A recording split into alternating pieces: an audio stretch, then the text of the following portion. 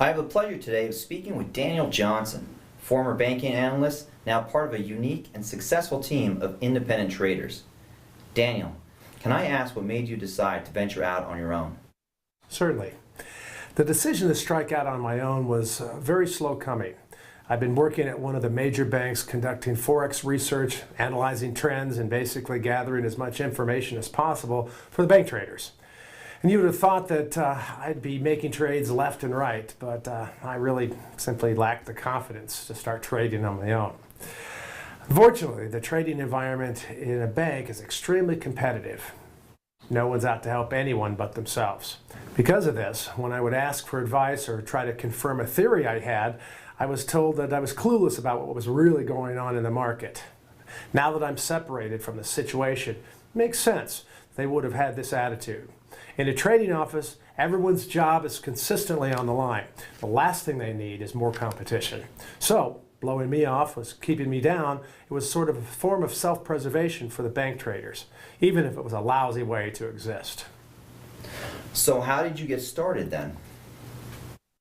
Well, out of fear of doing the wrong thing and losing my shirt, I did what so many others have done before me. I started trusting in and buying the advertised products that promise to make you a fortune in Forex overnight. So in my attempt not to lose my shirt, well, that's exactly what happened. So what was your turning point?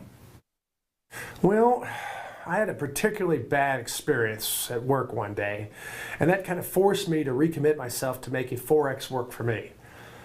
I never doubted that it was possible to make a fantastic living through trading. I just wasn't sure how to make it happen. Anyway, I happened upon a few documents at work that pointed me in the right direction. And that was the biggest factor, was that I teamed up with some other independent traders with the same belief system in FX that I had, but with some different strengths. There are 4 of us, and I jokingly call us the Forex A-team because we all bring different skills to the table to work towards a common goal, just like the guys on the TV show. So would you be Mr. T then? Well, not really. I guess I would be more like Craig, but only because of his weird hair. Seriously though, other than having different skills, what is it that makes all of you so successful? Well, as important as it is that we each have our own set of extremely valuable and unique skills, I believe the support and conviction we have in and for each other is the key factor to our success. For example, I told you that I used to lack the confidence to trade on my own.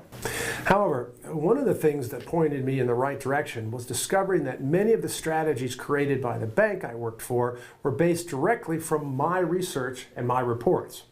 While this knowledge would have been enough for some people to branch out on their own, I found that the real power of this information came when I shared it with the people I'm now partnered with. Remember, the traders at the bank were trying to keep me down and prevent more competition for themselves. And because they're supposed to be the experts, it was easy enough to believe them. But the moment my friends, and now my partners, became enthusiastic about my research and my reports, I was forced to believe in my abilities. Because now I had other people who needed me to be confident and were depending on me to have the strongest data necessary for all of us to succeed. In a nutshell, their confidence and belief in my abilities made me step up. And I believe that we have all stepped up for each other. And that's the key to our success, stepping up and taking responsibility for the other's success. Sounds rather psychological. Trading is very much psychological. Don't get me wrong, our data and analysis and trading formulas, strategies, and risk management are at the top of anyone's game. And I challenge anyone to find fault in it. I mean, after all, we haven't had a single monthly loss for over 4 years. But it's easy to psych yourself out and enter or exit a trade too early or too late and destroy your odds of profitability.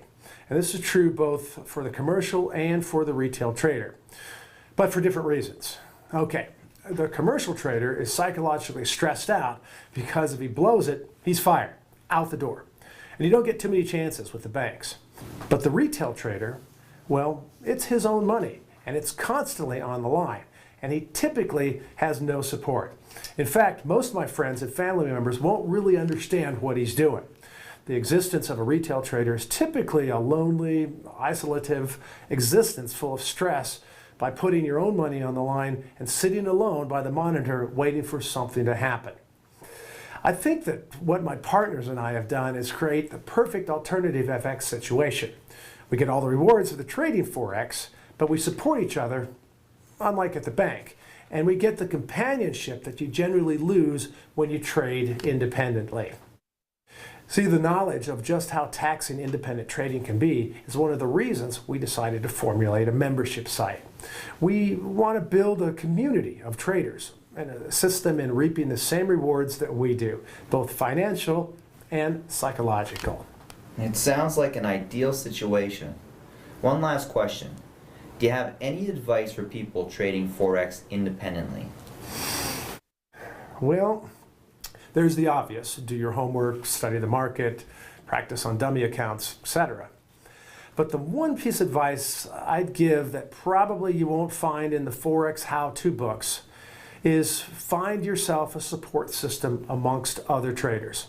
You know, it doesn't really matter if it's a person in person or a person online. It's the support that can be the difference between burning out and staying in the game long enough for the miracle to happen.